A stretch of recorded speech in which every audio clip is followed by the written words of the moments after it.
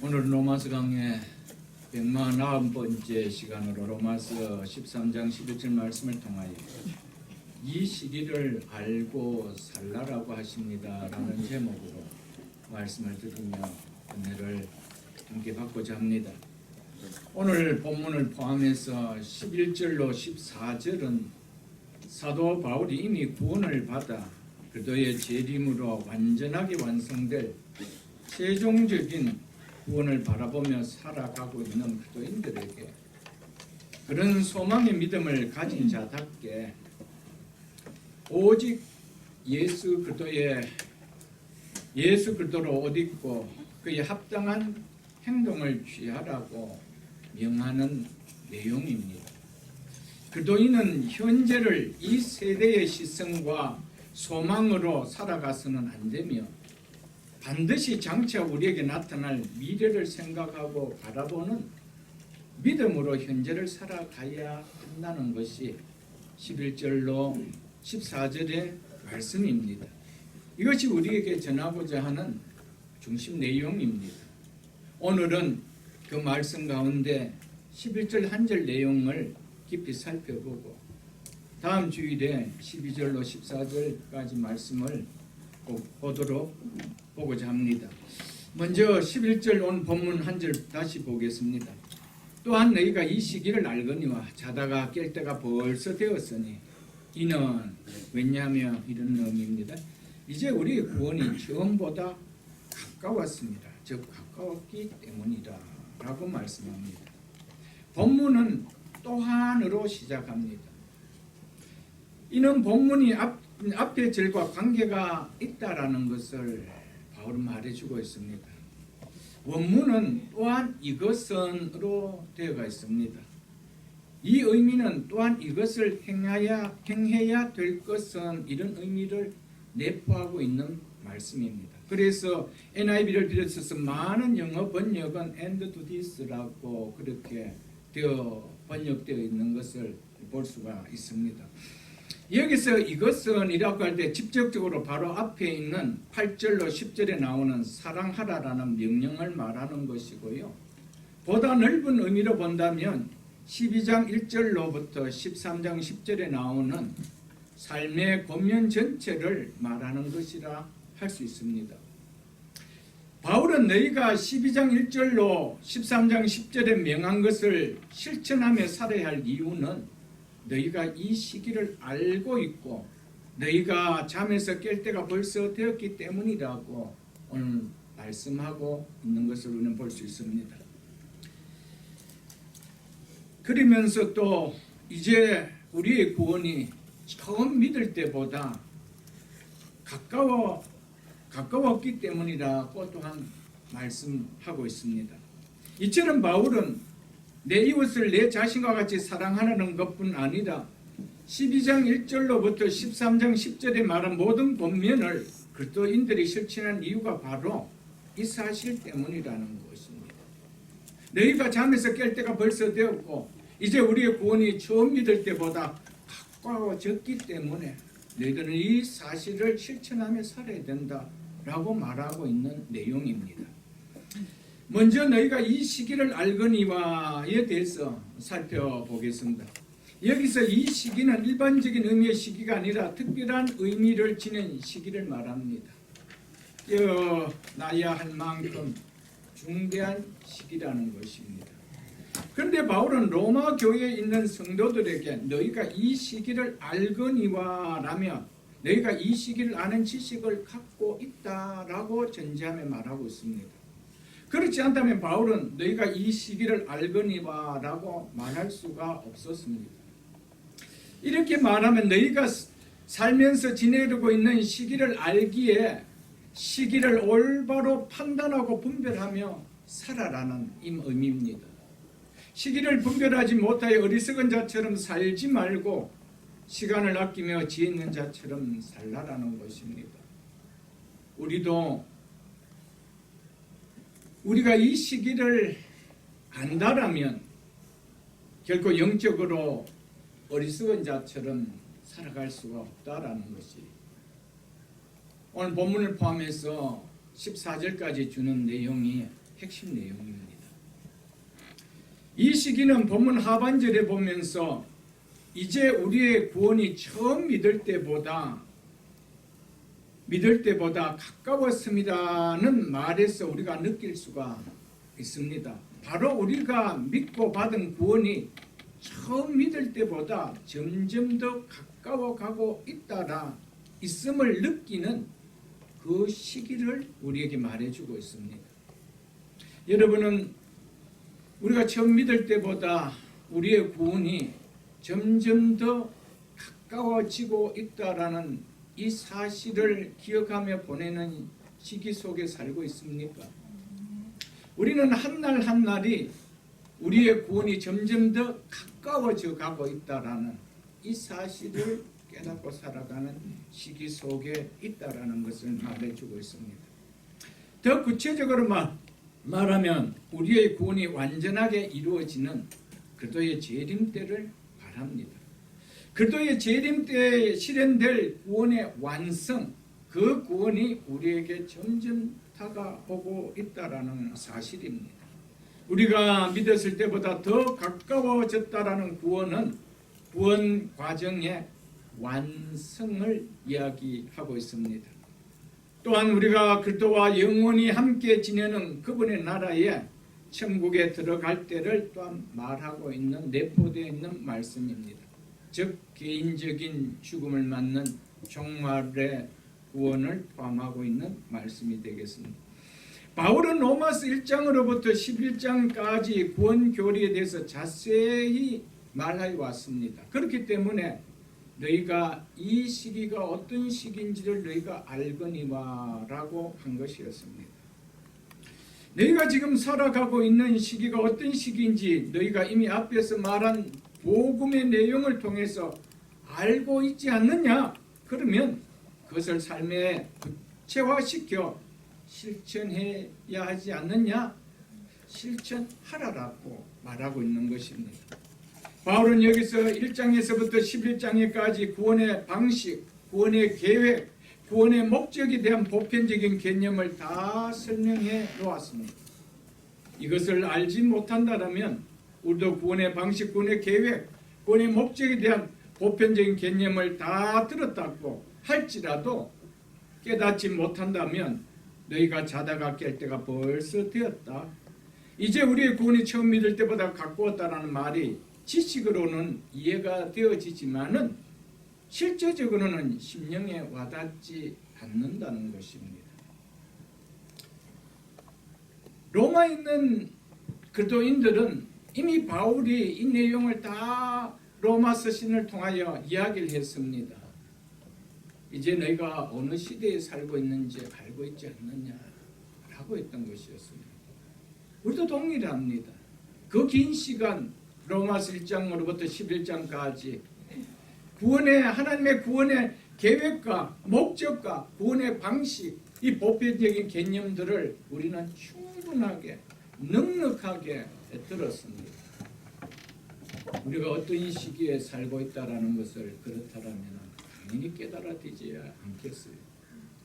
그것을 들었다 할지라도 그것이 지식에 머문다라면 우리가 잠에서 자다가 벌써 깨어날 때가 되었다라는 이 말씀도 우리가 처음 믿을 때 구원보다 점점 그 구원이 가까워졌다라는 것도 와닿지 않습니다.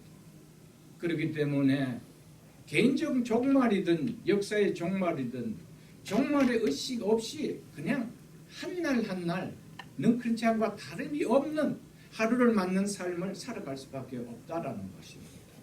그렇기 때문에 이 시기가 어떤 시기인지, 내 남은 인생의 이 시기가 어떤 시기인지를 전혀 의식하지 못하고 있는 것입니다. 그것은 한마디로 말해서 구원을 모르고 있다는 말입니다. 바울이 이 긴 로마서를 쓰고 이제 와서 너희가 이 시기를 알거니와 라고 했습니다.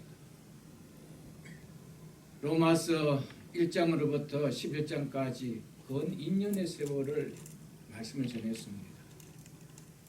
여러분, 하나님께서 우리를 향하신 구원의 그 목적과 계획 그리고 구원의 방식 그 보편적인 개념이 와닿지 않습니까? 그렇다면 나는 지금 어떤 시기를 살아가고 있다는 것이 전혀 와닿지 않습니다. 로마서 말씀을 듣기 전과 들은 이후에 우리의 신앙을 하루하루 살아가면서 달라짐이 계십니까? 너희가 이 시기를 모르거니와 라고 하고 있지 않습니까? 알거니와. 우리는 누구보다도 알 만큼 들었다라고 저는 생각합니다. 다음 시간에도 보겠지만 어둠의 일을 벗고 빛의 갑옷을 입자. 오직 주 예수 그리스도로 옷 입고 정욕을 위하여 육신의 일을 도모하지 말라.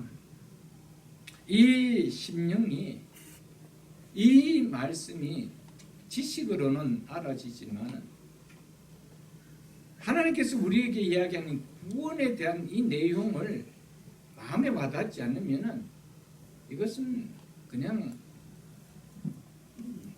지식으로만 이해될 수 있는 것이지 삶에서는 이것은 나와는 전혀 상관이 없는 내용이 되어질 수가 있는 것입니다.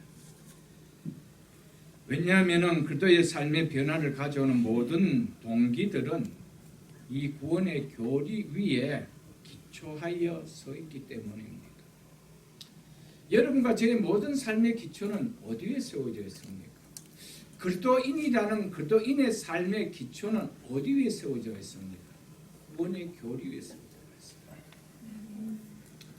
구원의 교리 위에 우리의 삶이 세워지지 않는다라면은 교회는 다니지만은 우리의 삶은 교회 다니면서 복음을 받기 전과의 삶이 달라진 내용은 아무것도 없습니다.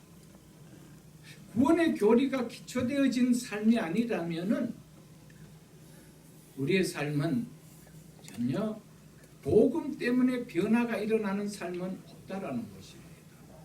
이것이 바울이 이야기하고 있는 내용입니다. 그래서 너희가 이 시기를 알거니와 너희가 무엇의 삶의 기초를 두고 있지 않느냐?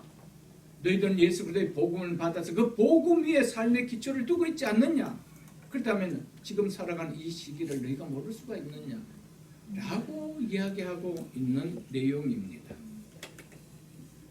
그러므로 이 땅에 숨을 쉬며 살아가는 그리스도인들의 삶은 결국 자신의 심령에 구원이 어떻게 와닿으며 또 얼마만큼 존귀한 무게로 와닿느냐의 비례에 따라 다 다를 수밖에 없습니다.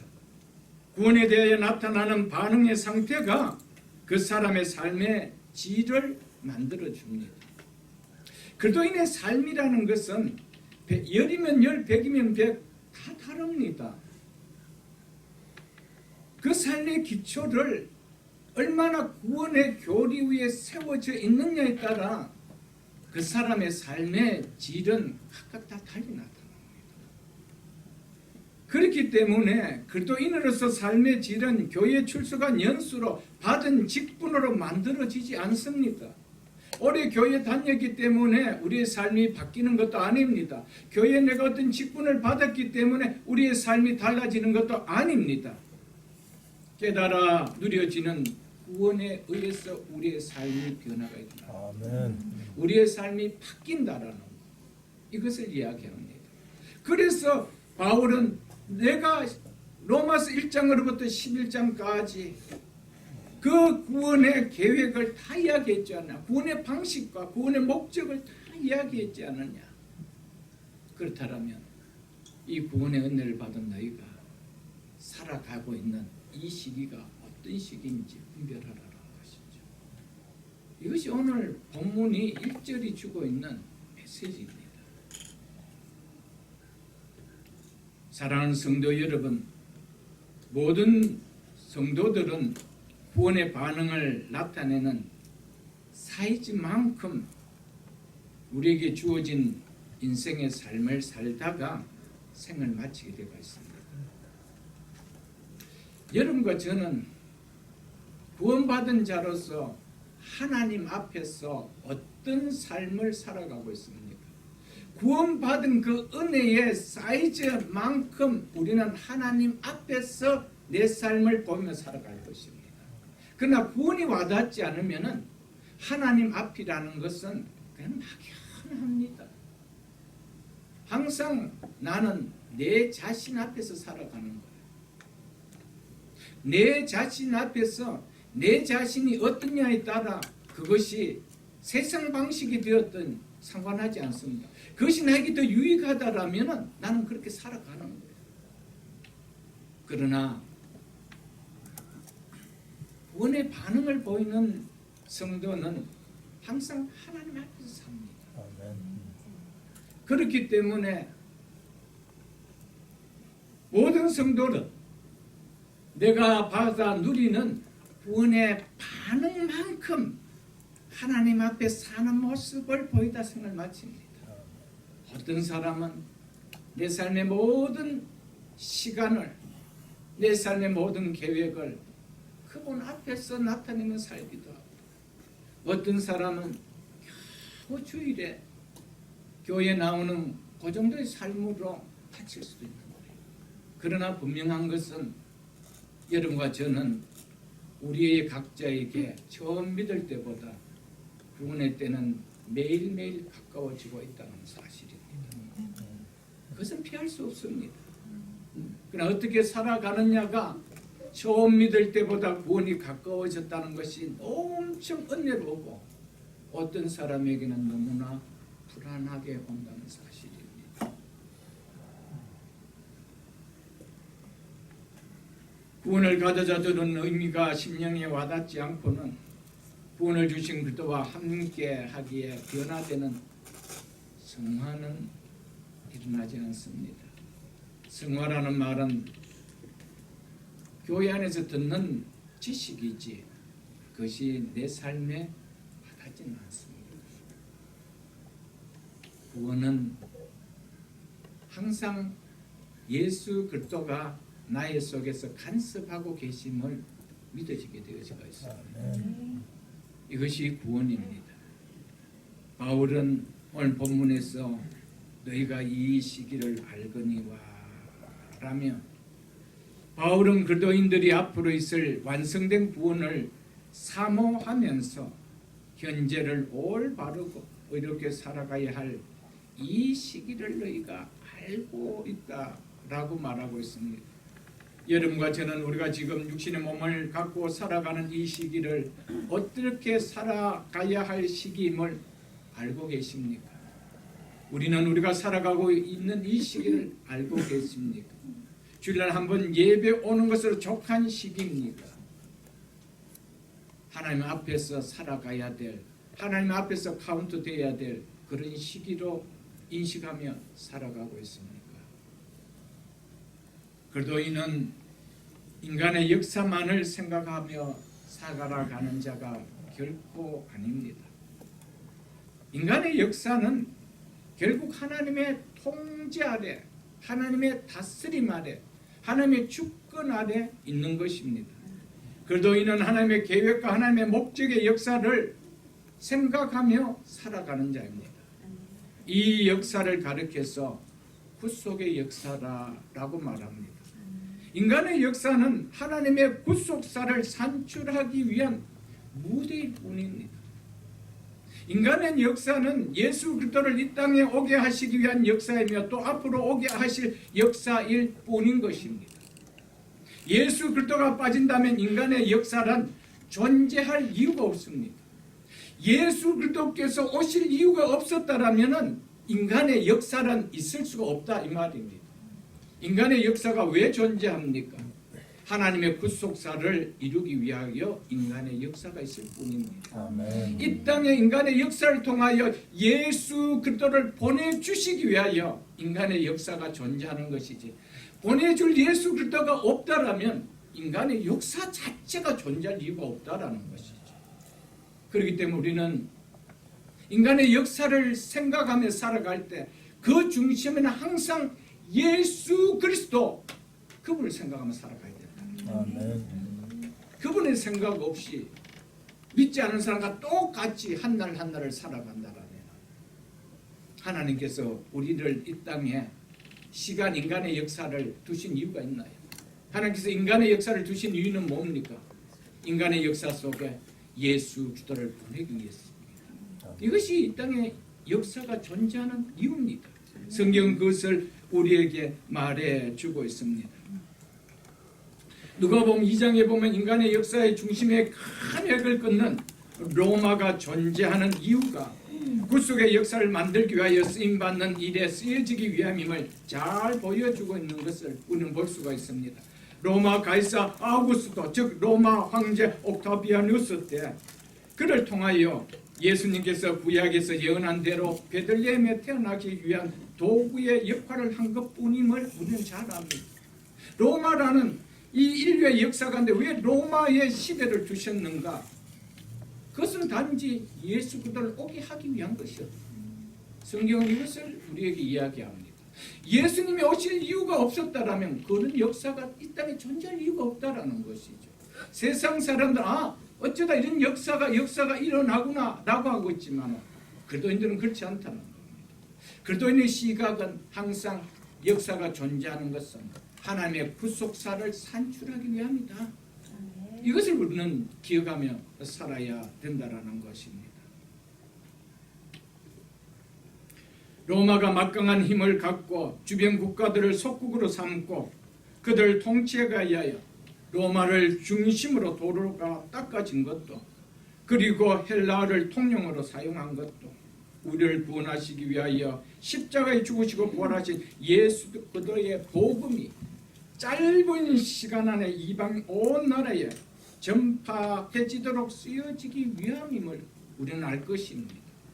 그들은 그들의 역사를 로마의 역사를 자기 힘으로 만들어 가는 것 같지만은 하나님은 그 인간의 역사를 통하여 당신의 구속사를 이루고 가게 하는 것이다. 이것이 성경이 이야기하고 있다는 겁니다. 예수 그리스도가 오실 이유가 없다라면 이 땅의 인간의 역사는 존재할 이유가 없습니다. 그런 인간의 역사를 하나님께 왜 만들어 주시겠습니까? 예수 그리스도를 보내주시기 위함인 것을 우리는 기억할 수 있어야 됩니다. 하나님의 구속사의 특징은 하나님께서 예정하신 역사라는 것을 보여줍니다. 하나님께서는 그 모든 것들을 계획하셨습니다. 어떤 일이 어떤 주어진 때에 일어나도록 하나님께서 미리 정하셨기 때문에 예언하실 수가 있었습니다. 그래서 그때에 그대로 일어나셨습니다. 에베소서 1장 9절을 한번 보겠습니다. 신약성경 310쪽입니다. 신약성경 310쪽 에베소서 1장 9절입니다.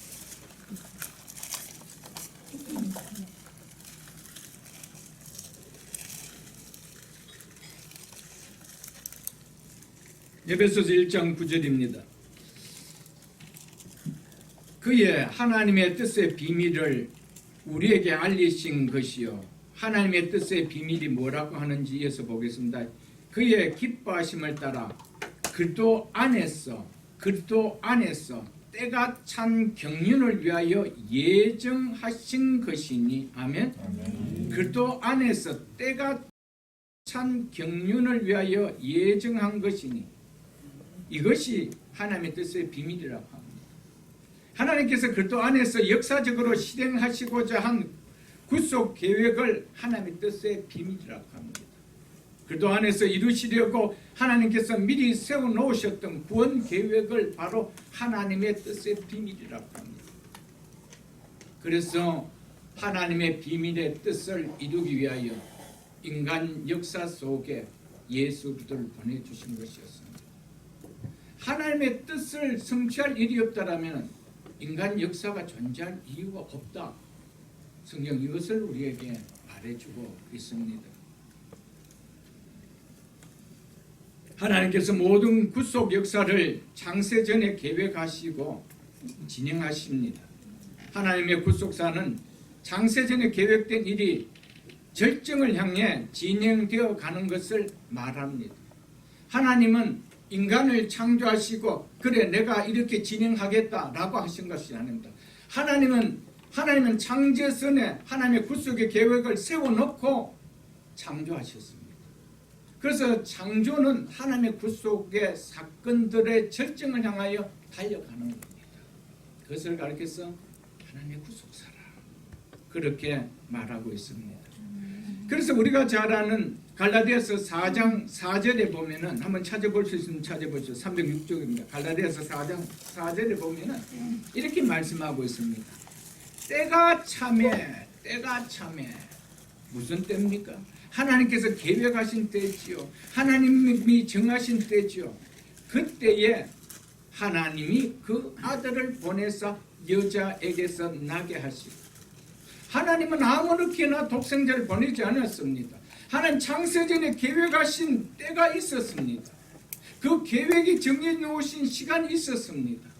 그래서 그 때가 참에 하나님께서 계획하신 그 때에 아들을 보내서 이렇게 이야기하고 있습니다.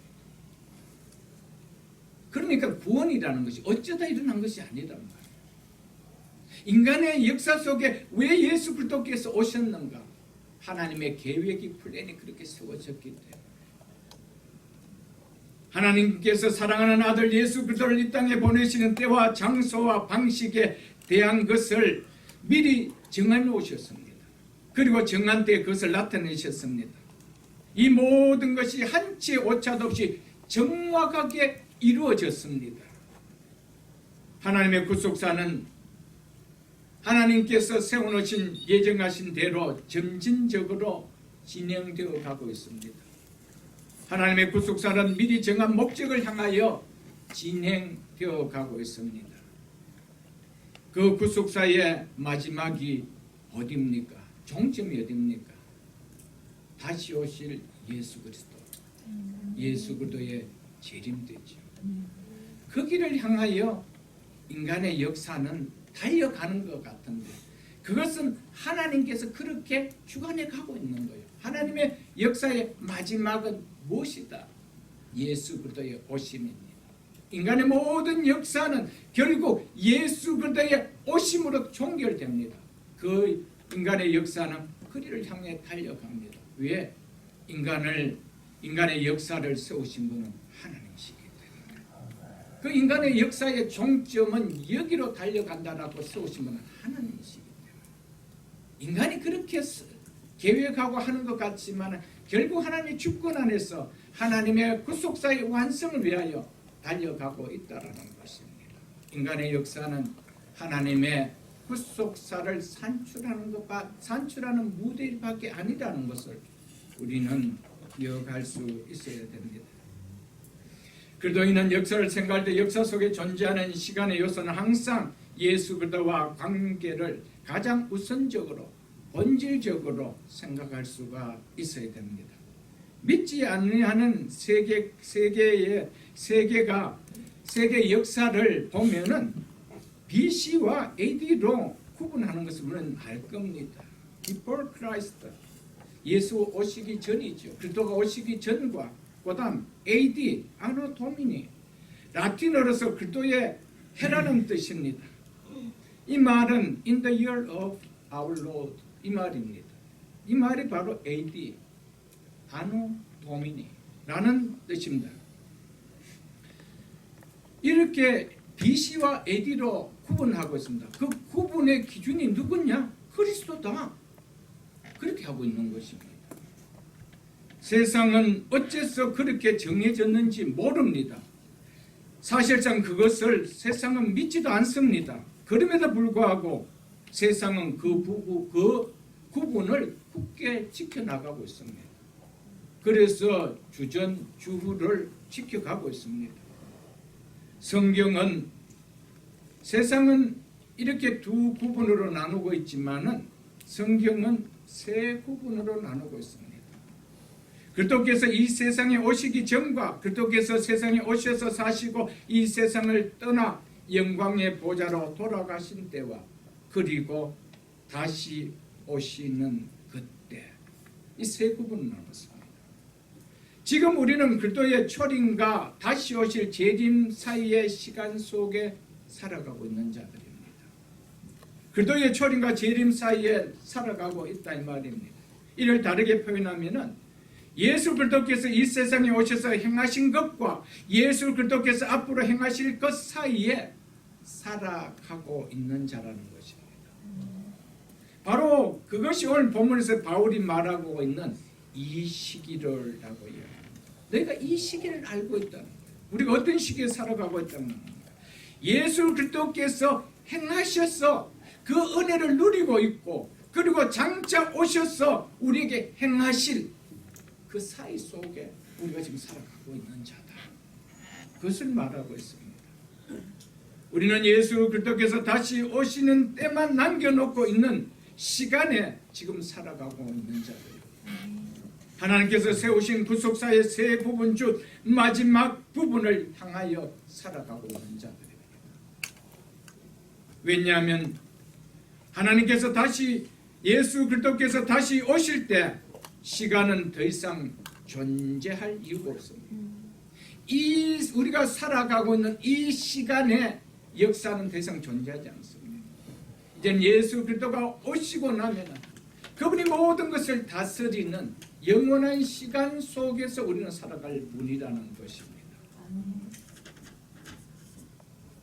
바울은 이 시기를 표현을 쓸 때에 바로 바울은 시기라는 표현을 쓸 때 이 점을 염두에 두고 말한 것이었습니다.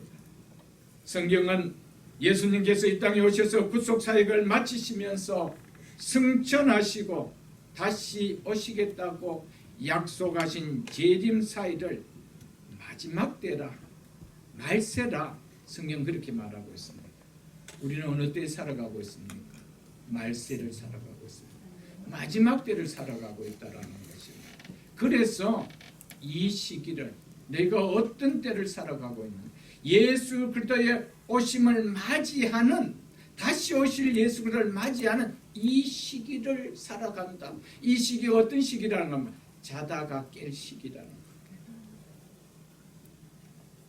우리의 구원이 점점 더 가까워가고 있는 시기라는 겁니다. 이 시기를 너희가 알고 있지 않느냐. 이것을 이야기하고 있습니다. 사도행전 2장을 한번 보겠습니다. 사도행전 2장 17절 189쪽입니다. 사도행전 2장 17절 189쪽입니다. 사도행전 2장 17절에 사도 베드로가 설교하면서 이렇게 설교했습니다. 이는 곧 선지자 요엘을 통하여 말씀하신 것이니 일렀으되 하나님이 말씀하시기를 말세에 성령이 오신 오순절날 성령이 오신 그것을 가르쳐서 하나님이 말씀하시기를 말세에 즉 마지막 때에 마지막 시기에 이렇게 말했습니다. 내가 내 영을 모든 육체에 부어주려니. 베드로는 그리스도께서 승천하시고 성령을 보내주신 것이 무슨 시기라고 이야기합니까? 마지막 시기의 시작이다. 이걸 이야기하고 있습니다. 그래서 너희의 자녀들은 예언할 것이요 너희의 젊은이들은 환상을 보고 너희의 늙은이들은 꿈꿀 것이다. 사랑하는 성도 여러분, 여러분과 저는 어느 시대에 살아가고 있습니까? 말세 시대로 살아가고 있습니다. 성령의 오순절 성령의 오심이 바로 마지막 시기의 시작이라는 거예요. 우리는 이 시기를 벌써 많이 지나갔습니다. 우리에게 있어서는 바울이 이야기할 때보다 훨씬 더 예수 그리스도의 재림의 때가 가까워지고 있습니다. 그리고 개인적인 종말도 더욱더 가까워지고 있음을 우리는 알고 있습니다. 그 뒤에 있는 고린도전서 10장 11절을 보겠습니다. 275쪽입니다. 275쪽 고린도전서 10장 11절입니다. 고린도전서 10장 11절에 이렇게 말하고 있습니다. 바울이 그들에게 일어난 이런 일은 그들에서는 구약 출애굽하던 이스라엘 백성들이 있죠. 그들에게 일어난 이런 일은 본보기가 되고 즉 모든 사람의 본보기가 되고 또한 무엇을 만난? 말세를 만난 우리를 그럽니다. 우리가 살아가는 이 시기를 신약 시대를 무슨 시대라고 이야기합니다. 말세를 만난 시대라고 이야기합니다. 성경은 이 시기가 마지막 때의 시기라고 이야기합니다. 우리를 깨우치기 위하여 기록되었느니라 라고 하고 있습니다.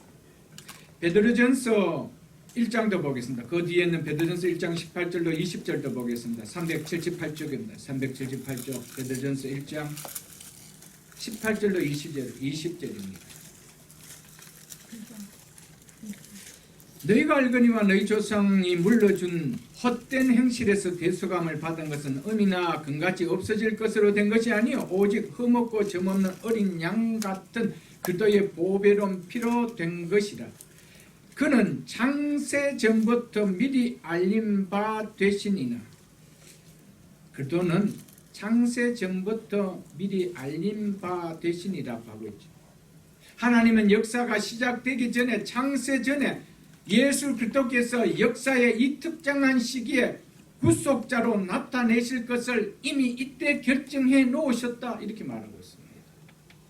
그래서 이 말세에, 즉 이 마지막 때에, 이 마지막 시기에 누구를 위하여? 너희를 위하여 나타내신 바 되었으니. 베드로는 뭐라고 이야기합니까? 예수님이 이 세상에 오신 때에, 육신의 몸을 입고 오신 때를 가리켜 말세라, 마지막 때라 라고 말하고 있지 않습니까? 그리고 이처럼 하나님의 구속사역은 이미 창세 전부터 말세에 이르기까지 진실하게 진행되어 가고 있음을 우리에게 이야기해 주고 있습니다. 그래서 창세 전에 그리고 말세에 이렇게 이야기하고 있습니다. 어쩌다가 예수님이 오신 거 아니에요, 이거.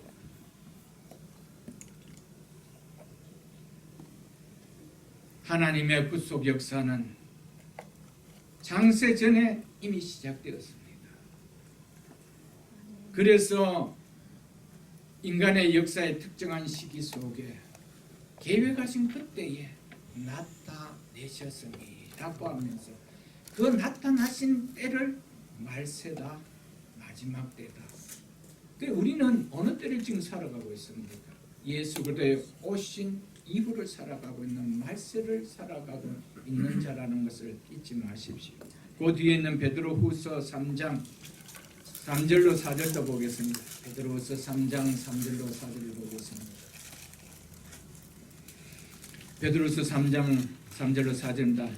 먼저 이것을 알지니 말세에 마지막 때에 조롱하는 자들이 와서 자기의 정욕을 따라 행하며 조롱하여 이르되 주께서 강림하신다는 약속이 어디 있느냐?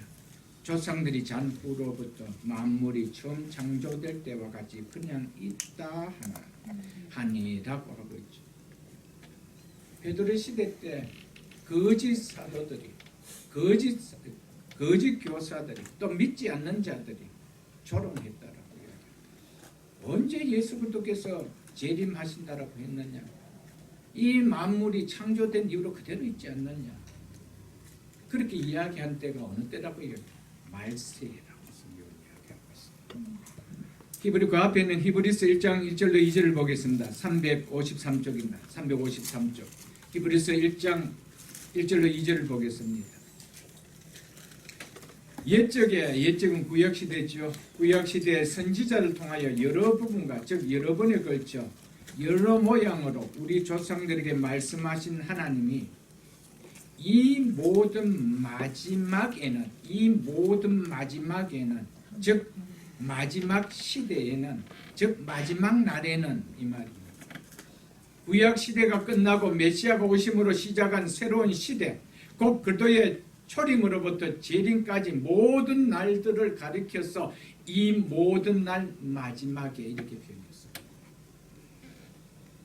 아들을 통하여 우리에게 말씀하셨으니, 이처럼 우리는 예수님께서 이 땅에 오셔서 우리에게 말씀하신 마지막 시대 안에 살아가고 있는 자들입니다. 우리 이 사실을 기억해야 됩니다. 히브리서 피었으니까 9장을 한번 보겠습니다. 히브리서 9장 24절로 26절을 보겠습니다.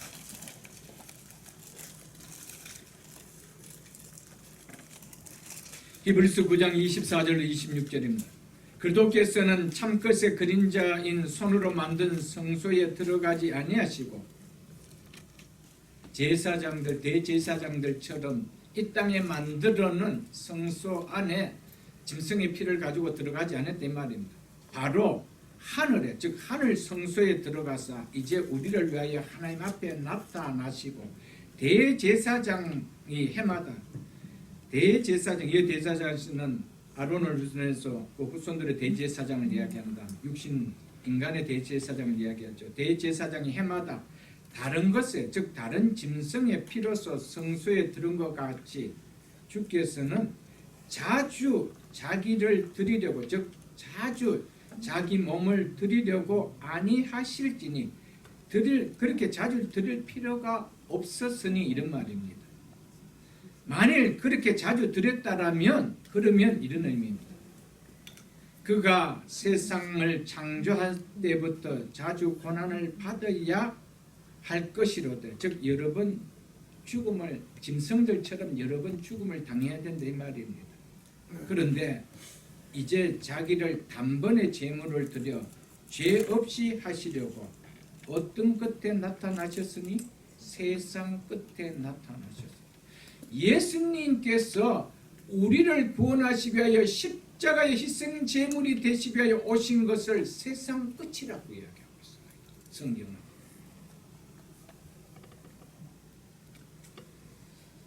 그리스도께서 세상에 오셔서 십자가상에서 구속을 성취함으로 말미암아 개인은 물론 역사의 종말을 도래하게 되었다. 그렇기 때문에 세상 끝이라고 이야기하고 있습니다. 사랑하는 성도 여러분, 우리는 어떤 시대에 살아가고 있습니까?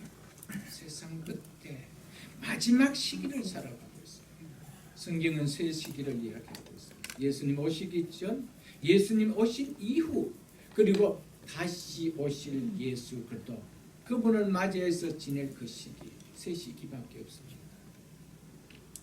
우리는 그 시기를 맞이하기 위하여 준비하며 살아가고 있는 이 시기를 살아가고 있는 자라는 겁니다. 그렇기 때문에 우리는 예수를 통해 구원을 받은 세상 끝에 시대의 종말에 살아가고 있습니다. 그래서 바울은 너희가 이 시기를 알거니와, 예수 그리스도를 믿음으로 구원을 받은 자라면 우리의 구원의 종국에 구원의 완성, 목적이 뭐다는 것을 우리가 다 알고 있지 않느냐.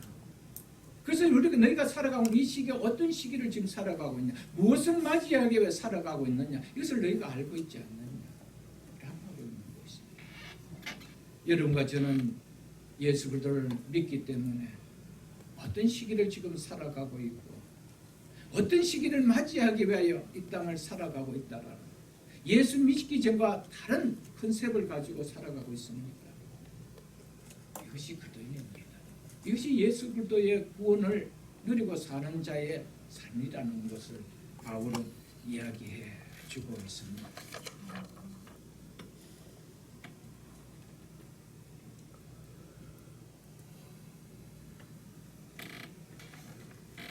예수 그리스도의 복음을 받아 하나님의 구속, 복음을 받아 하나님의 구속사를 모르는 세상 사람들은 현재 자신이 살아가고 있는 이 시기가 어떤 시기인지 모릅니다.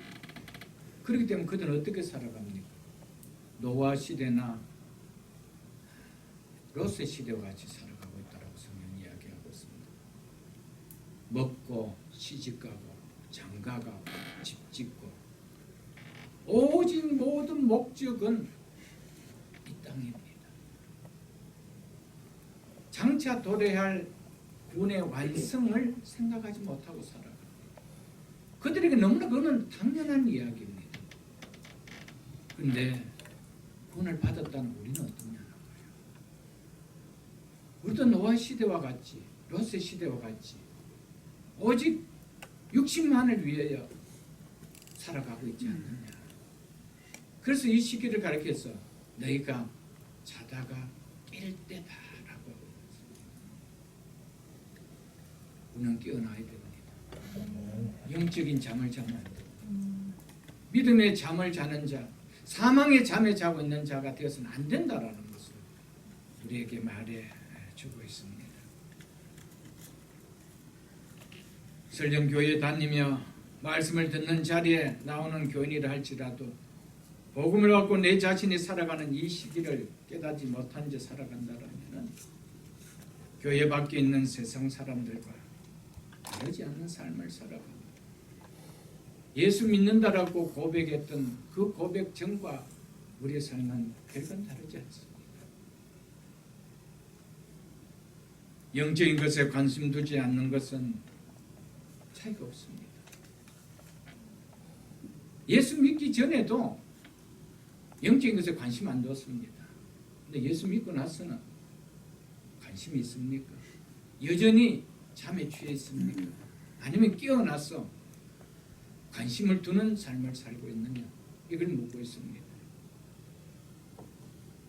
말씀을 대하며 말씀에 순종을 보이는 것, 예수 믿기 전과 예수 믿은 후 차이가 있습니까? 예수 믿지 않는 자와 나가 차이가 있습니까? 그들은 하나님의 말씀에 대해서 여전히 부정적입니다. 순종함이 없습니다. 예수 믿고 있는 우리는 여기에 대해서 어떻습니까? 여전히 그들이 자고 있는 것처럼 우리도 자고 있습니까? 여전히 사망의 잠에 취해가 있습니까? 세상에 취해서 무엇인지 모르고 그렇게 살아가고 있습니까? 주님은 홀연히 임하십니다. 그래서 너희가 깨어 준비하라고 말씀하지 않았습니까? 노아 시대 때 심판이 홀연히 임했습니다. 우리도 그날을 홀연히 맞을 겁니다. 개인적인 종말도 언제 우리에게 임할지 우리는 알지 못합니다. 분명하게 이야기하는 것은 믿지 않는 자에게 이야기하고 있지 않습니다. 믿는 우리에게 자다가 깰 때가 벌써 되었다. 근데 아직도 자고 있느냐? 해가 중천했던데 아직도 자고 있느냐? 주님 오실 날이 가까워지는데 밤은 깊고 낮은 가까워지고 있는데 아직도 영적인 잠에 취해가 있느냐? 세상 잠에 취해가 있느냐? 라고 묻고 있는 것입니다. 너희가 이 시기가 어떤 시기인지 알지 못한다면 모르겠지만 안다라면 그렇게 살 수 있느냐? 라고 하는 얘기가 14절까지 내용입니다.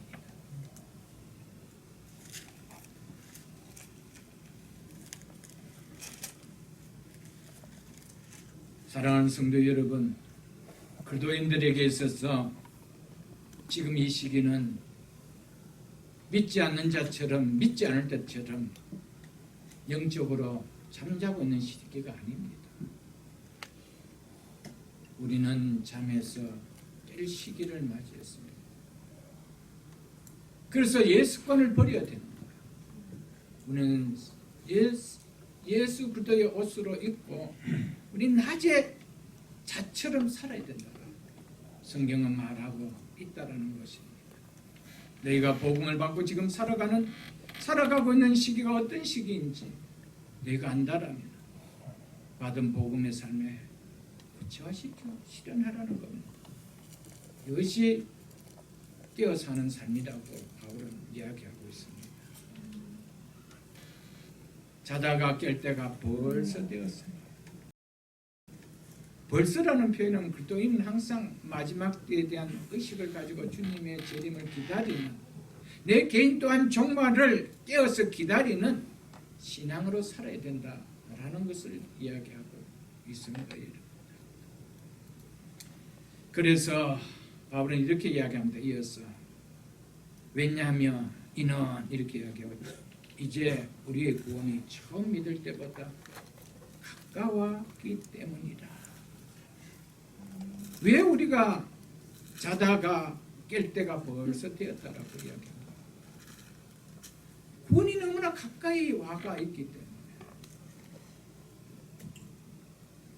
여러분, 저의 남은 인생에 개인적인 종말의 시간표가 얼마나 남아있다고 생각하십니까? 아직도 세상의 관점인 평균 연령으로 생각하고 아니면 평균 연령 중에서도 상위급의 특수한 사람의 연령의 기대치를 가지고 계산하고 계십니까?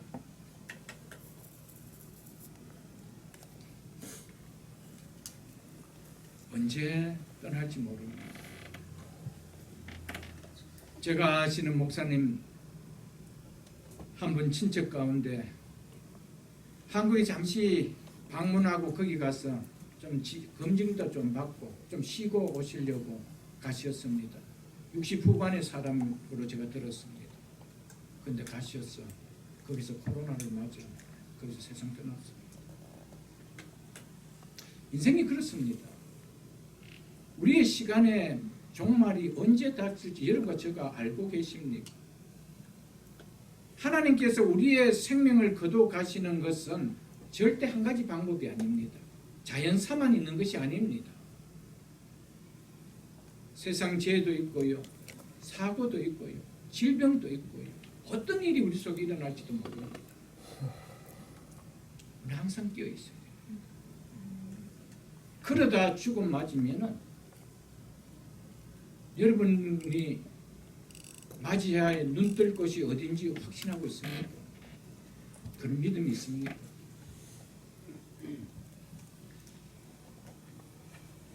아직도 복음이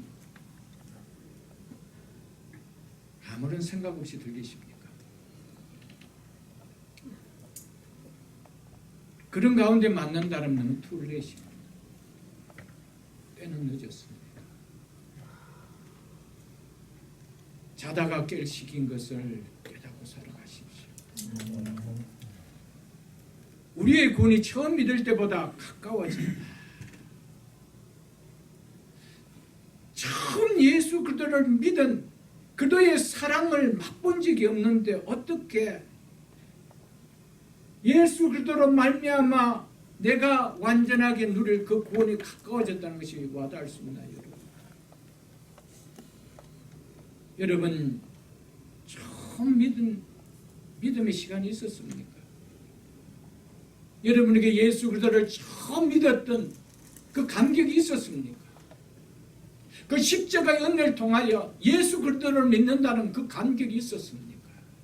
그래서 내 속에 과거에 없었던 믿음이 생겼습니까? 그렇지 않다면 처음 믿을 때보다 구원이 더 가까워졌다는 것이 전혀 와닿지 않습니다. 그럼 믿다 보면 어떻게 해요? 천국도 갈 수 있는 거 있다면 천국도 가고 아니면 없으면 나띵이 그렇습니까? 사랑하는 성도 여러분, 여러분과 제가 살아가고 있는 이 인간의 역사는 예수 그리스도를 보내주신 게 아니었습니다. 그런데 그분에 대한 믿음이 없습니다. 우리가 이 땅을 살아간다는 것은 아무 의식도 없이 목적도 없이 그냥 살아가는 거예요. 노아 시대처럼, 롯세 시대처럼.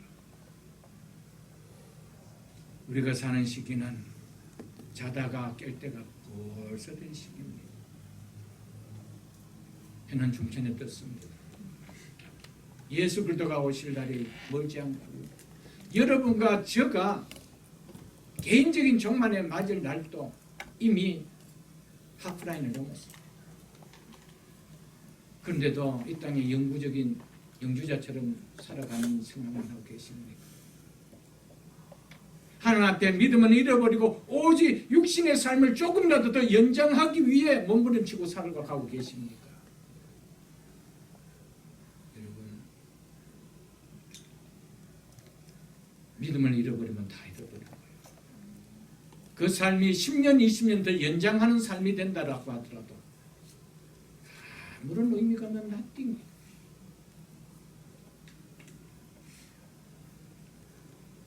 믿음을 귀하게 여기는 삶을 살아가십시오.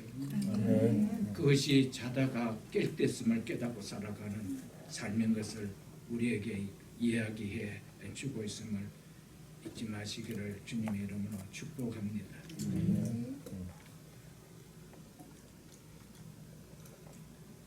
여기에서 구원이 처음 믿을 때보다 더욱 가까워졌다라고 하는 이 구원은 무슨 구원일까요? 영화를 이야기합니다. 칭의도 아니고 영화를 이야기합니다. 우리가 처음 믿을 때에 가졌던 그 구원은 칭의죠. 예수 그리스도께서 우리를 구원해 주신 칭의입니다. 예수 그리스도를 믿는 그리스도인들에게는 이미 우리에게는 칭의라는 구원은 과거에 일어났던 사건입니다. 그런데 더 가까워졌다는 이 구원은 예수 그리스도가 오심으로 말미암아 또 1차적으로는 우리가 우리의 육신을 벗고 영원히 해본에 갈 때 그것이 1차적이고, 완전한 구원은 예수 그리스도께서 재림하셔서 예수 그리스도와 동일한 몸으로 부활하여 영원한 나라에서 영원히 살아가는 것, 그것이 영화입니다. 그것이 우리에게 더 가까워졌다라는 것을 이야기하고 있습니다. 구원은 세 가지로 구분됩니다. 과거적 구원, 현재적 구원, 미래적 구원이죠. 과거적 구원이 뭡니까? 그건 이미 일어났던 겁니다. 그건 칭의입니다. 현재적 구원이 뭡니까? 칭의를 받은 우리가 영화를 향하여 하루하루 살아가는, 구원을 이루어가는 성화지요. 예수 그리스도를 닮아가는. 그리고 미래적 구원이 뭡니까? 영화 아닙니까? 그렇지만 이것은 절대 나눌 수가 없습니다. 칭의의 구원은 받았는데 영화의 구원은 이루지 못한다? 절대 없습니다. 칭의의 구원이 없는데 영화의 구원은 있을 수 있다? 없습니다. 이거는 한 세트입니다. 예수 그리스도를 믿음으로 말미암아 죄인인 내가 어렵다함을 받았어. 하나님으로부터 어떤 정죄함도, 죄의 정죄함도 받을 수 없는 어렵다 칭해줬다라면 이미 우리에게는 일어날 영화도 보장되어 있다라는 거예요. 왜요? 이것은 하나의 사슬이기 때문에, 떼낼 수 없는 하나의 체인이기 때문에 그렇다는 것입니다. 그래서 로마서 8장 30절을 보겠습니다. 로마서 8장 30절. 로마서 8장 30절 이렇게 말씀하고 있습니다. 또 미리 정하신 그들을 또한 부르시고 부르신 그들을 또한 뭐다 하시고 의롭다 하시고, 죄인인 우리를 부르셔서 의롭다 해주셨단 말이에요. 이게 칭의단 말이에요. 이것이 우리에게, 이것은 예수 그리스도를 믿을 때 이미 일어났습니다. 우리 모두에게 다 과거의 사건입니다. 그 다음에 중요하죠. 의롭다 하신 그들을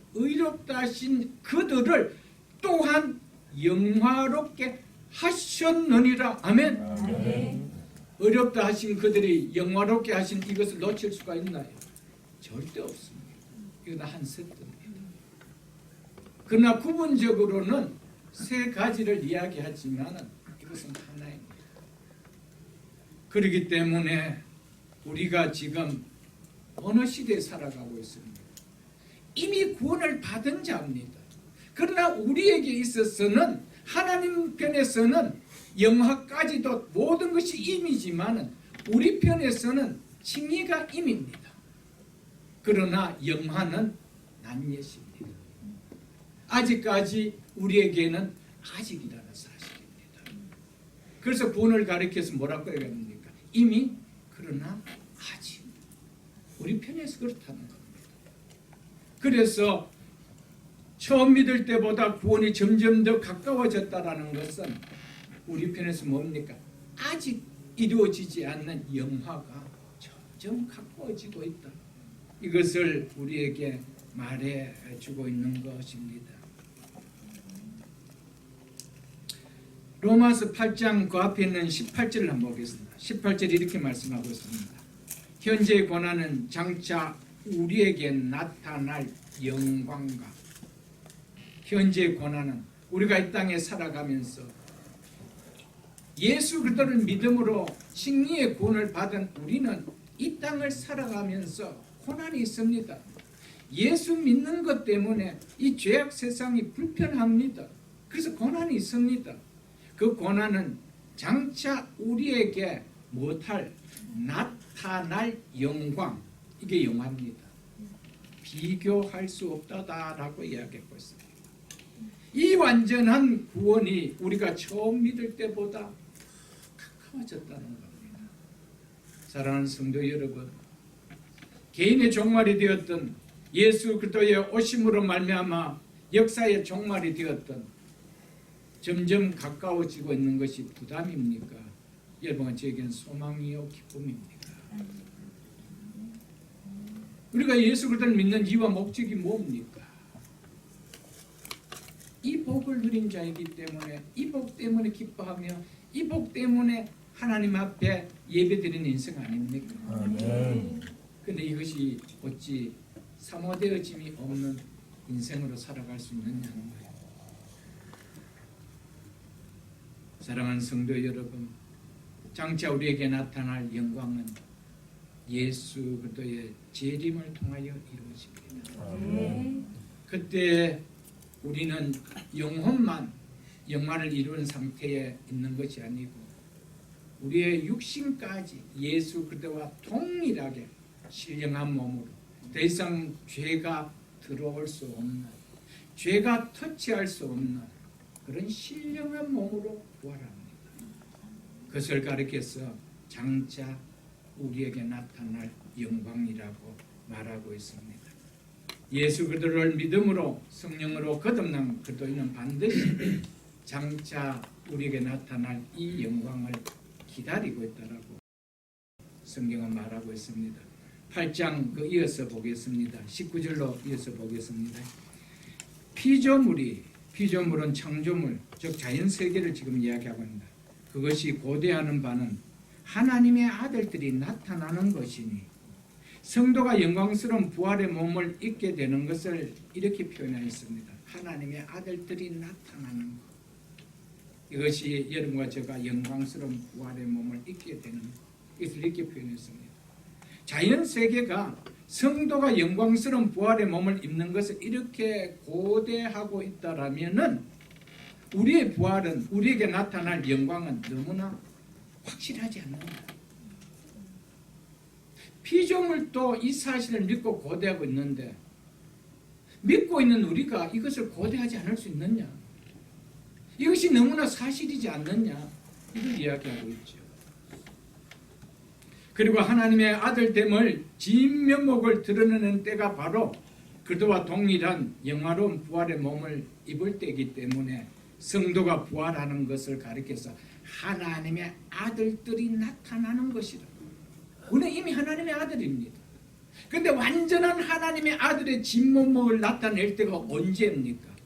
영육이 완전하게 예수 그리스도와 닮은 몸을 가질 때입니다. 그래서 하나님의 아들들이 나타날 때 그때를 기다린다고 하고 있습니다. 20절 보겠습니다. 피조물이 허무한데 굴복하는 것은, 즉 굴복하게 된 것은 이릅니다. 굴복하게 된 것은 즉 창조될 때 원래의 의도된 대로 기능을 나타내지 못함을 가리켜서 굴복하게 된 것은 이렇게 해요. 그것은 피조물, 즉 자연세계 자기의 뜻이 아니요, 자신들이 그렇게 선택한 것이 아니라는 겁니다. 오직 굴복하게 하신 이런 말미암음이니. 이분 누구십니까? 하나님이시죠. 왜 그렇게 하셨습니까? 인간이 타락함으로 말미암아. 자연세계는 인간이 존재하기 때문에 의미가 있었던 것이기 때문에, 그러니까 의미 있는 인간이 타락하자 의미를 둔 자연세계까지 그 영향을 함께 받게 되었다는 것이죠. 그래서 하는 얘기가 자기 뜻이 아니요, 오직 굴복하게 하시는 이로 말미암이다. 그 바라는 것은 피조물도, 저 자연세계도 썩어짐의 종로로 타는 데서, 즉 썩어짐의 다스림을 받는 데서 해방되어 하나님의 자녀의 영광의 자유에 이르는 것이다. 함께 동참하는 것이다 라고 하고 있습니다.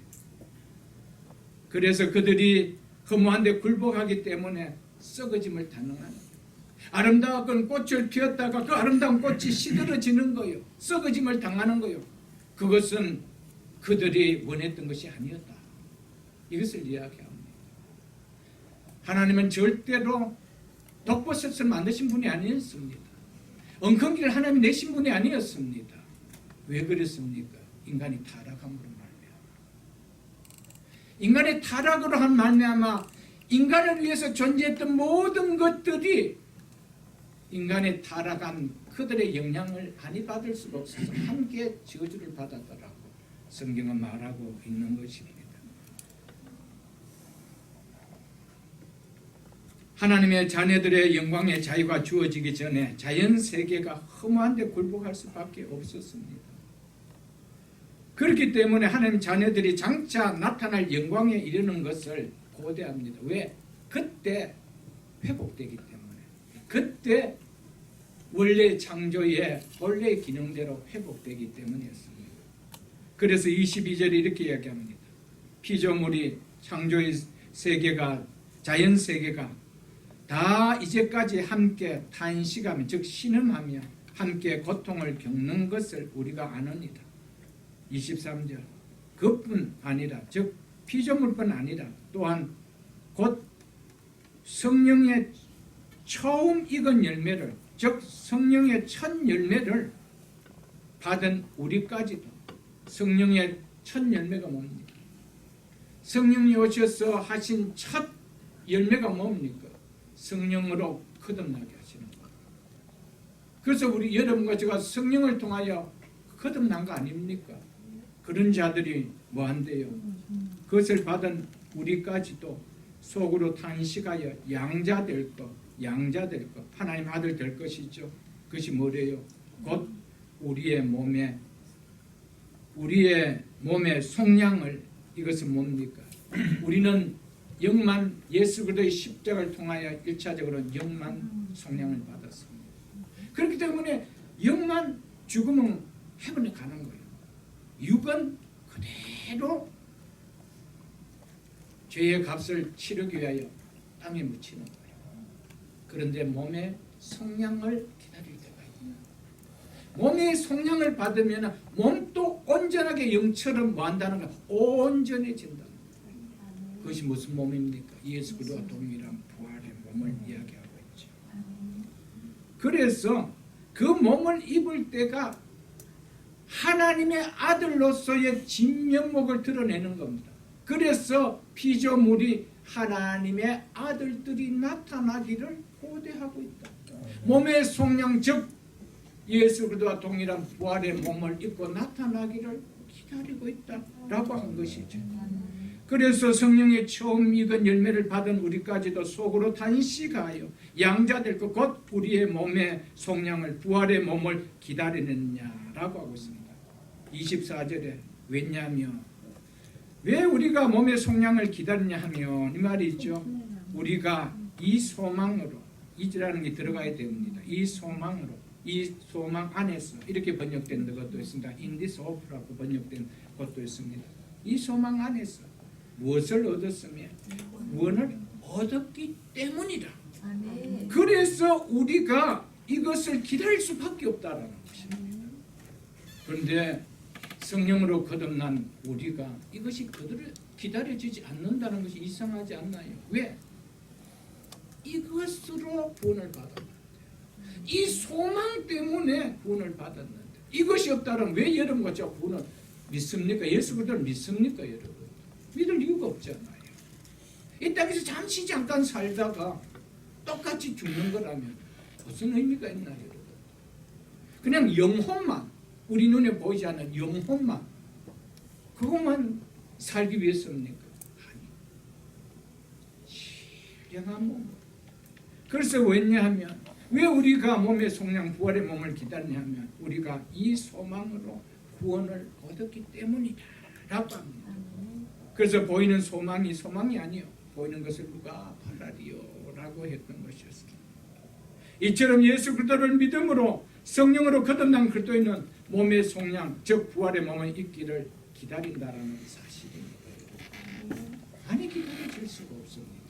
그렇기 때문에 너희가 이 시기를 알고 있지 않느냐? 너희는 이 사실을 알고 있잖아. 이 믿음을 갖고 있지 않느냐? 그래서 너희가 이 시기를 알고 있지 않느냐? 그래서 벌써 자다가 깰 때가 되었다라고 바울이 이야기했던 것이었습니다. 8장도 한번 8장 9절로 11절도 한번 보겠습니다. 8장 9절로 11절도 보겠습니다. 만일 너희 속에 하나님의 영이 거하시면 너희가 육신에 있지 아니하고 영에 있나니 누구든지 그도의 영이 없으면 그도의 사람이 아니니라. 성령이 없으면 그도의 사람이 아니에요. 하나님의 백성, 하나님의 자녀가 될 수가 없습니다. 그래서 성령 요새서 우리를 거듭나게 해주셨죠.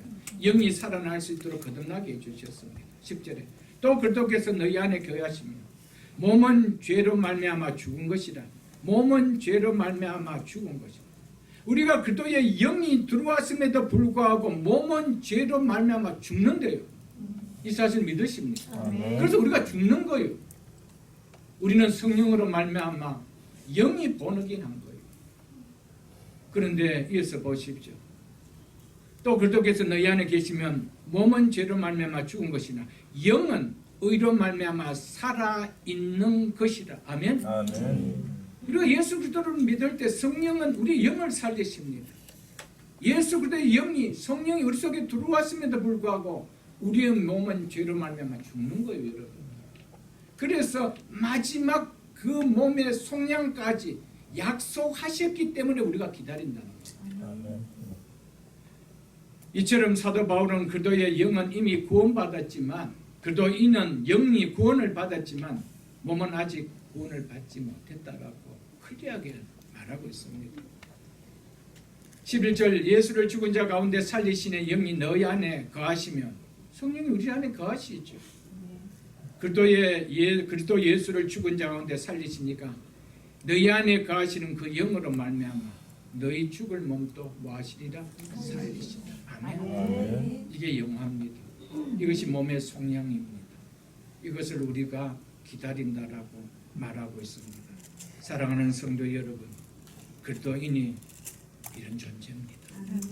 믿으십니까, 여러분? 우리는 영육 안에 하나님에서 완전한 구원을 보장해 주신 그런 존재입니다. 우리가 얼마나 특별한 존재예요. 예수 믿는다는 것이 얼마나 큰 복을 받은 인생이에요. 그런데 이 세상을 살아가면서 조그마한 어려움 때문에 인생에 살맛이 없는 사람처럼 그렇게 살아서 될 이유가 있나요, 여러분? 세상에 어느 누구도 받지 못했던 이 엄청난 복을 받은 자, 무엇을 입을까, 무엇을 마실까, 무엇을 먹을까, 이런 문제 때문에 여러분 세상 살 재미를 다 이런 자처럼 살 수 있겠어요, 여러분? 그리스도인이 어떤 자인지를 복음을 통하여 깨달아지지 않으면 우리는 그렇지 않까 탈박 하나도 없습니다. 늘 무엇을 먹을까, 무엇을 마실까, 무엇을 입을까, 인생의 의식적 문제 때문에 항상 염려와 고민과 기쁨이 다 사라지는 그런 삶을 살 수밖에 없다는 것이죠. 그것은 여전히 사망의 잠에 취하고 있다는 겁니다. 거기에서 깨어나야 한다는 것이죠. 그리스도인은 하나님의 은혜로 우리의 영이 이미 사망에서 영원한 생명으로, 죄인에게서 의인으로, 새 생명으로, 새 영역으로 옮겨진 자입니다. 이 사실 믿으십니까? 그럼에도 아직 완전한 최종적인 몸의 속량을 받는 구원의 영화는 아직 이루어지고 있지 않기 때문에 그것은 이 땅에 살아갈 동안 이 육신의 몸이 기다리고 있다는 사실입니다. 즉 영화를 기다리고 있다는 것이죠. 달리 표현해서 그리스도인들은 이미와 아직 사이를 지나며 살아가고 있는 자라는 것을 이야기해 주고 있습니다. 그러므로 칭의로 하나님의 자녀가 된 그리스도인은 궁극적인 구원의 완성이 몸의 속량을 받는 영화를 소명하며 이 땅을 안이 살아갈 수가 없는 것이죠. 여러분 영혼만 구원받고 해피합니까? 여러분 영혼만 구원받고 해피합니까? 그것을 족합니까? 여러분의 영혼이 어떤지 깨달아지고 느껴지십니까? 여러분 구원은 예수 그리스도와 동일한 부활의 몸을 입고 살게 하기 위하여 하나님이 창세전에 계획해 놓으신 일입니다. 아멘. 그래서 그 완성을 향하여 세상의 역사는 그렇게 흘러가는 거예요. 세상은 역사가 어떻게 진행되고 있는지 오늘 또 하루하루 살아가면서 이렇게 살아가고 어쩌다 보니 이런 세상의 형태로 흘러가고 있구나라고 할지 모르겠지만 하나님의 인간을 이끌어 나가신 인간의 역사를 이끌어 나가시는 것은 궁극적으로 예수 그리스도의 재림을 받게 하기 위하여 가고 있다라는 사실을 우리는 잊어서는 안 됩니다.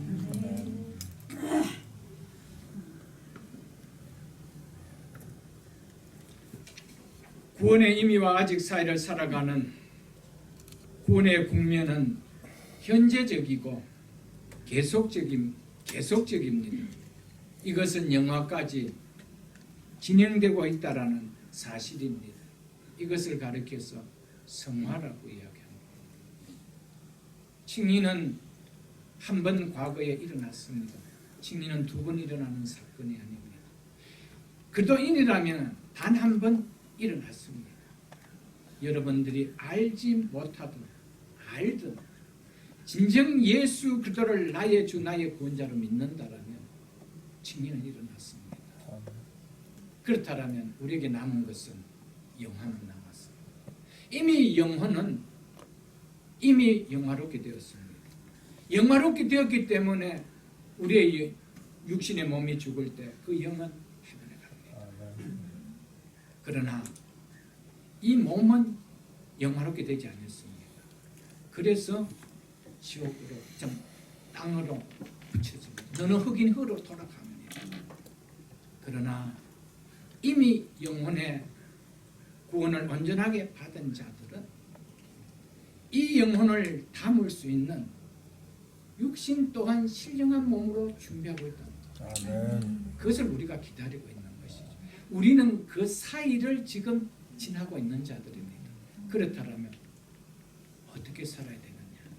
그것이 구원의 국면인 현재적이고 매일매일 영화가 이루어질 때까지 우리는 살아가는 구원의 현재형입니다. 그것을 가리켜서 성화라고 하고 있는 요한일서 3장을 보겠습니다. 390쪽입니다. 요한일서 3장 2절로 3절입니다. 390쪽입니다. 사랑하는 자들아, 우리가 현재는 하나님의 자녀라. 여러분과 제가 이런 존재임을 믿습니까? 지금 여전히 우리는 하나님의 자녀인 것을 믿습니까? 그러면서 현재는 지금은 그러면서 장래에 어떻게 될지는 어떤 모습으로 될지는 아직 나타나지 아니하였으나 즉 구원의 완성인 영화는 아직 우리에게 이루어지지 않기 때문에 어떻게 나타날지 우리는 모른다는 겁니다. 그러면서 이렇게 하죠. 그가 나타나시면 예수 그리스도의 재림을 이렇게 표현하지요. 예수 그리스도에서 재림하시면 이때가 구원이 완전하게 이루어질 때입니다. 우리가 그와 같을 줄 아는 것은 재림하신 그분의 모습과 같을 줄 아는 것은 이 사실 여러분 제가 알고 있습니까? 이게 영화입니다. 이것을 알게 우리가 이 사실을 뭐하고 있죠? 소망하고 있는 거 아니에요? 믿고 있는 거 아니에요, 여러분? 그리스도인은 바로 그리스도와 같은 부활의 몸을 입는 것을 알고 있는 믿음을 가지자 합니다. 왜 예수님은 이 땅에 오셔서 죽으시고 부활하셨습니까? 우리 때문입니다. 우리에게 부활의 몸을 입혀주시기 위하여 그분이 부활하셨습니다. 우리에게 그것이 필요 없다라면 예수님은 오실 이유가 없습니다. 죽으시고 부활하실 이유가 없습니다. 이것이 장차 너희가 있게 될 몸인 것을 먼저 보여주셨습니다. 그래서 예수님의 부활을 가리켜서 첫 열매다. 첫 열매다라고 하는 것이죠. 두 번째 열매는 누굽니까? 우리 아닙니까? 똑같은 열매를 맺는다라는 것을 이야기하고 있습니다. 여러분과 저는 그와 같을 줄 알기에 몸의 속량이 일어나는 거 기다리는 거 아니에요, 여러분들. 그리스도인은 장래에 구원의 완성품으로 나타날 그 구원을 알고 있기에 그것을 소망하고 있는 거 아니에요, 여러분. 그러면서 이렇게 이야기하고 있습니다. 우리가 그와 같은 줄 아는 것은 우리가 그와 같을 줄 아는 것은 그 다음에 이렇게 이야기하고 있습니다. 왜냐하면 접속사는 왜냐하면 그의 참 모습 그대로 볼 것이기 때문이라 이렇게 이야기하고 있습니다. 예수 그리스도의 부활의 모습을 여러분과 저는 보지 못했습니다. 언제 봅니까? 예수 그리스도께서 재림하실 때. 내가 어떤 모습인지 모르는데 그때 예수 그리스도 재림하실 때 그 모습을 보면 야, 내 부활의 몸이 이 몸이구나, 이걸 안다라는 것이죠. 그게 우리의 참 모습이다, 이렇게 이야기하고 있습니다. 그러면서 3절에 주를 향하여 이 소망을, 예수 그리스도와 같은 영화로운 부활의 몸을 입었는 이 소망을, 이 몸의 속량을 기다리는 이 소망을 뭐한 자마다, 가진 자마다 그의 깨끗하신 같이 예수 그리스도의 깨끗한 것이 자기를 깨끗하게 하느니라. 이게 성화입니다. 칭의와 영화 사이, 즉 임의와 아직 사이를 지나고 있는 그리스도인이 보여주는 구원을 이루어가는 것은 바로 이 성화입니다. 그렇기 때문에 예수 그리스도의 복음, 하나님께서 우리에게 말씀하신 그 구원의 그 계획과 목적, 그 의미들을 우리가 예수 그리스도를 믿으면서도 모른다라고 한다는, 그것이 와닿지 않는다라고 한다는 겁니다. 영화라는 것은 더더욱 안 나오기 때문에 성화는 항상 힘들다라고 외칠 수밖에 없습니다. 이것은 너무 불편하다라고 이야기합니다. 꼭 이렇게 예수를 믿어야 하나, 이렇게 이야기합니다. 여러분, 우리는 잠시 삽니다. 여기서 영구적으로 사는 그런 인생 아닙니다. 그런데 우리에게 너무나 귀한 것으로 보장해 놓으셨습니다. 그 보장해 놓은 그 구원을 생각한다라면 여기서 아무렇게나 살고 싶느냐는 거예요. 구원을 모르기 때문에 그냥 보이는 세상에서 그냥 예수 믿기 전과 동일하게 그렇게 사는 것이 좋다는 거예요. 그냥 영적으로는 그냥 자고 싶다라는 거예요. 깨우지 말라라는 거예요. 귀찮게 하지 말라는 거예요. 안 깨우는 게 복일 거예요. 그대로 영적 잠에 자도록 두는 것이 이 다음에 복일 거예요. 사랑하는 성도 여러분, 이것이 오늘 본문의 바울이 너희가 이 시기를 알거니와 자다가 깰 때가 벌써 되었으니 이는 이제 우리의 구원이 처음 믿을 때보다 가까웠습니다 라고 말하는 것이었습니다. 데살로니가전서 5장을 한번 보겠습니다. 332쪽입니다. 332쪽 데살로니가전서 5장 5절로 8절 말씀을 보겠습니다. 너희가 다 밤의 아들이라, 밤의 아들이라고 하고 있습니까? 너희는 다 빛의 아들이요 낮의 아들이라. 이 사실 믿습니까? 우리가 밤이나 어둠에 속하지 아니하나니, 이 말은 뭡니까? 아직 자고 있는 인생이 아니라 이 말이에요, 여러분. 그러므로 우리는 다른 일들과 같이 뭐하다 하지 말고 자지 말고 오직 깨어 정신을 차릴지라. 아멘? 7절 보겠습니까? 자는 자들은 밤에 자고 취하는 자들은 밤에 취하되. 여러분, 아직도 우리는 어두운 세상 사람이 살고 있는 어둠에 속한 자들입니까? 세상에 취해서 살고 있는 자들입니까? 아니잖아요. 그들은 여전히 밤이기 때문에 영적으로 자고 있는 거예요. 사망의 잠을 자고 있는 거예요. 그런데 8절에 우리는 낮에 속하였으니 정신을 차리고 믿음과 사랑에 호심경을 붙이고, 즉 가슴에 보호와 가죽옷을 입고, 이 말입니다. 구원의 소망의 투구를 쓰자. 구원의 소망의 투구를 쓰자. 여러분과 저는 구원이 소망되어집니까? 여기서 구원은 예수 그리스도의 재림으로 완성될 종말에 맞이할 구원을 가리킵니다. 몸의 속량을 받는 부활의 몸을 입는 영화의 구원을 이야기합니다. 그래서 이 구원을 소망이라고 이야기하고 있습니다. 이것을 쓰자.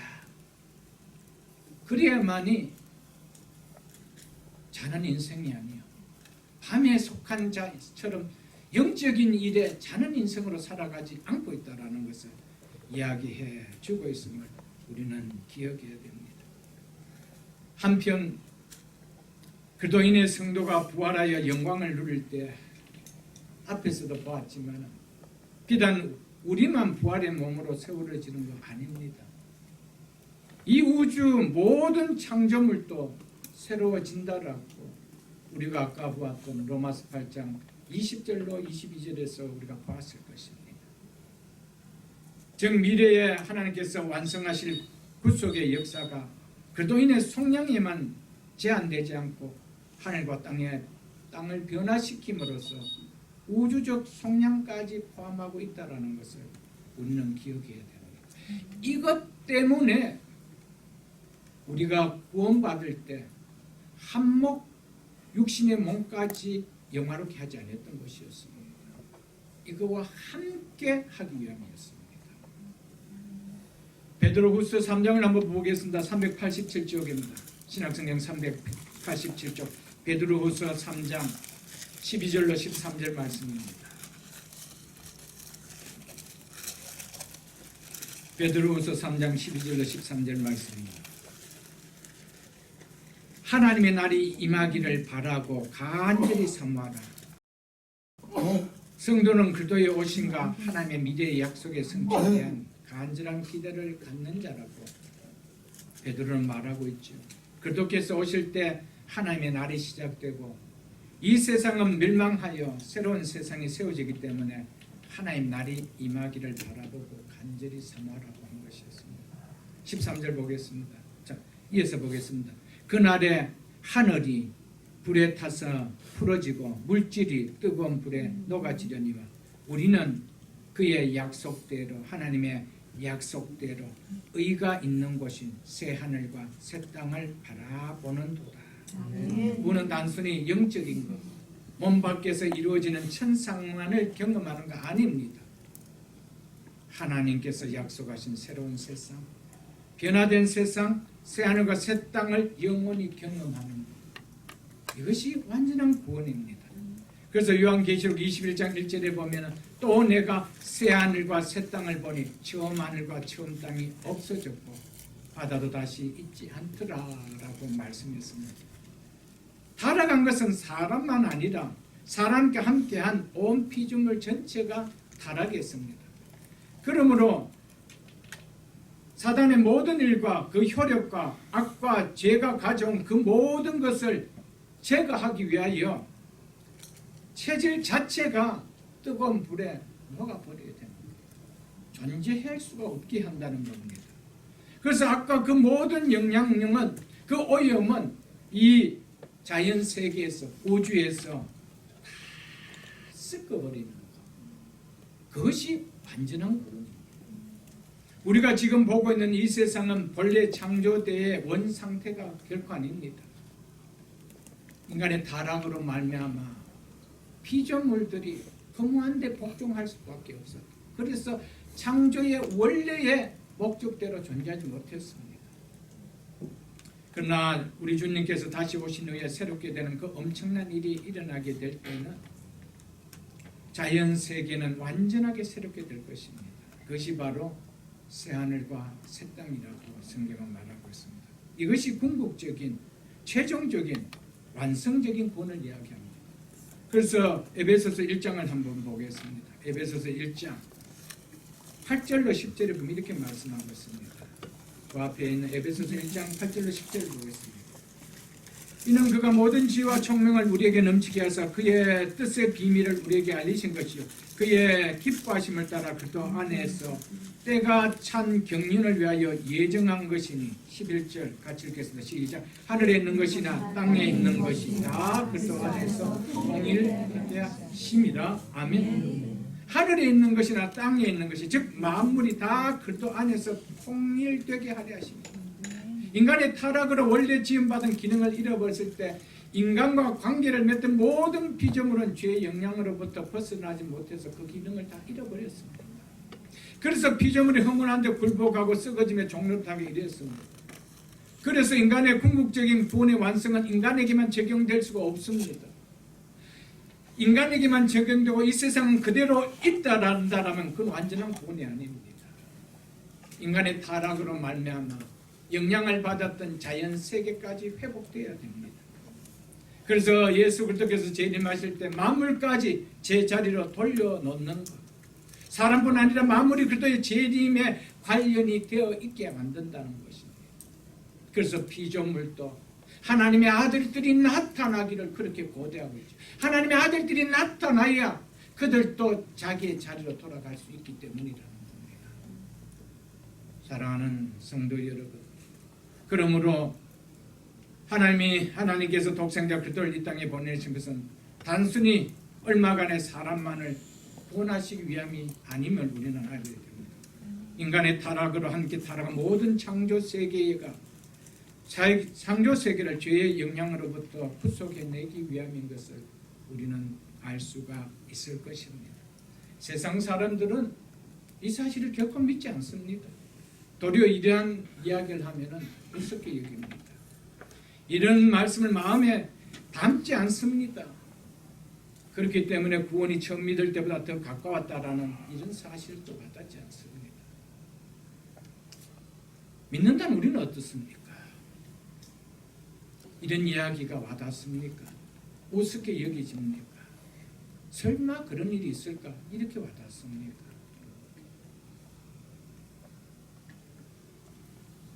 그래서 바울은 그들은 이 사실을 분명하게 알고 살아가는 자이기 때문에 너희가 이 시기를 알거니와 라고 했던 것이었습니다.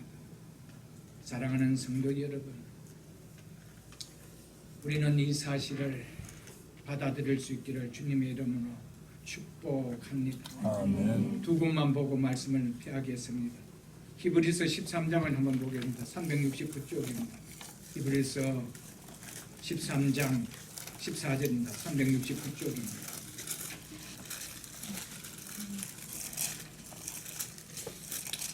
히브리서 13장 14절에 이렇게 말씀하고 있습니다.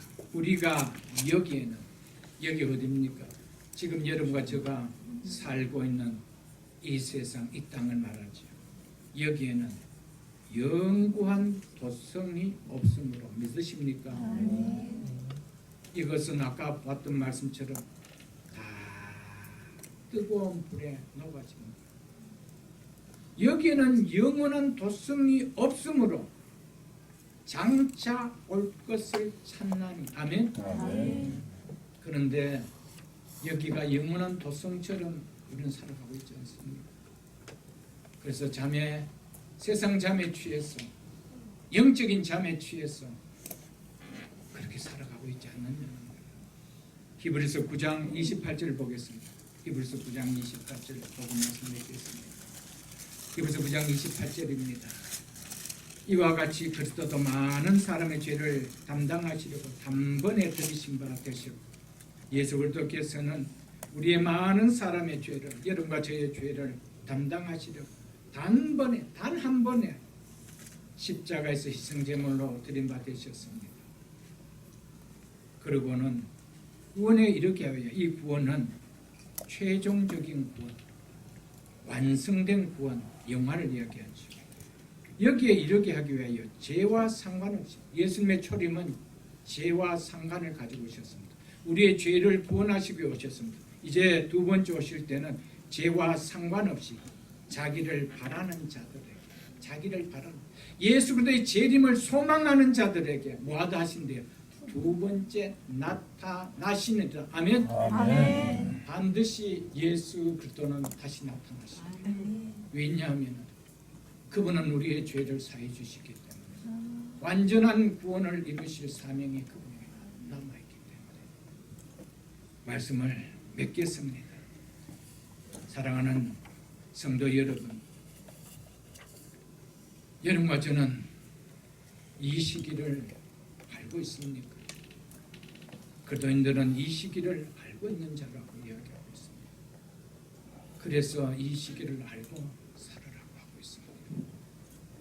여러분과 저에게 개인적인 종말도 한 해 한 해, 인간적인 날짜의 카운트도 한 해 한 해 다가갔습니다. 그러나 그 인간의 종말에 남은 길이는 여러분과 저는 전혀 모릅니다. 그게 얼마나 남은지 우리는 알 수 없습니다. 분명한 것은 우리의 구원은 처음 믿을 때보다 가까워졌다는 것은 사실입니다. 그것을 어떻게 느끼고 계십니까? 그것을 어떻게 받아들이고 살아가고 계십니까? 우리가 주일마다 드리는 예배가 나의 구원이 점점 더 가까워졌다는 그 믿음의 표현이 있어야 되지 않아요? 그래서 더 즐거움과 믿음이 더욱더 아름답게 드러나는 이런 신앙이 되어야 되지 않겠어요? 약속하신 그대로 영화를 이루시기 위하여 예수 그리스도께서는 반드시 오십니다. 아멘. 인간의 역사는 예수 그리스도가 빠진다라면 의미도 없고 존재 이유도 없습니다. 그렇다면 인간의 역사 속에 살아가는 우리는 그분을 통하여 이루시게 하는 그것을 마음에 담지 않고 살아간다면 그렇지 않고 무엇이 다릅니까? 그래서 이 기시기를 알고 살라 하십니다라는 오늘 이 말씀에 제대로 가슴에 담고 우리 남은 인생 속에 잠에서 깨어나 깬 자처럼 살아갈 수 있는 그런 삶이 다 될 수 있게 주 이름으로 축복합니다. 아멘.